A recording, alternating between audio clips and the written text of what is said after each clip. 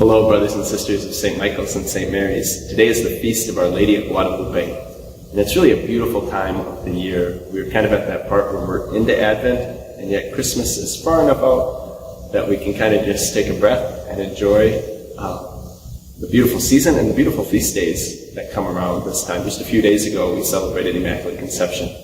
And the day after that was the feast of Juan Diego, who is, of course, the man who met Our Lady on today's feast day, Our Lady Guadalupe. Many of you probably know the story. He was in Mexico and he was walking, and Our Lady appeared to him and asked him to go to the bishop and have a shrine built to honor her. So he was hesitant, but he did that. The bishop didn't believe him. Second day, Mary appears to him again, and this time Juan asked if she could send somebody else because he didn't think he was worthy. She said no, so he went to the bishop again. Again, the bishop did not believe him. This time the bishop asked for a sign. Well, Juan Diego was nervous and again didn't think he was worthy, so on the third day he tried to avoid Our Lady and took another route on his walk. And she still found him and appeared to him.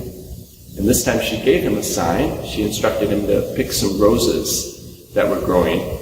So in December, even in Mexico, roses were out of season, so that was going to be the sign. So he gathered those roses in his cloak, and then he goes to the bishop. And when he opens up his cloak at the bishop, not only do those roses fall out, but then there's that beautiful image that I'm sure we've all seen of Our Lady Guadalupe on his tilma, or his cloak.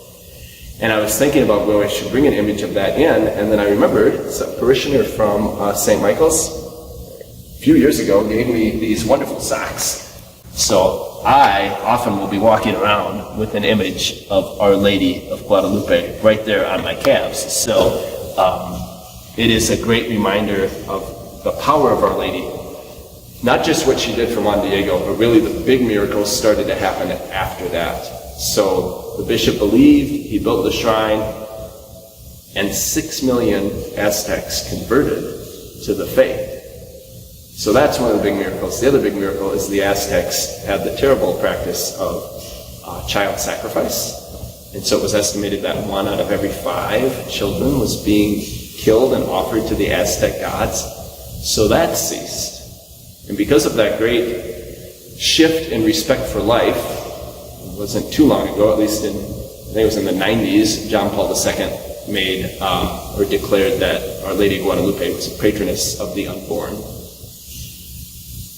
I think the other spiritual lesson, the last thing I'll leave you with that I want you to take, is Juan Diego's attempt to avoid Our Lady. Sometimes we get in some dark spots, or we just feel like we're too busy, or we can't handle something, and we try to avoid the Lord. We maybe neglect him and by not praying, or purposely don't turn to him with a problem. And Our Lady of Guadalupe is a reminder that the Lord is going to seek us out, as Mary sought out Juan, and going to give us that second chance. Ultimately, like Juan, we're going to have to say yes. We're going to want to say yes. Not just like Juan, but like Our Lady, of course. She's famous for her fiat and her yes. So, as we continue in this beautiful season of Advent, take time for the Lord and say yes.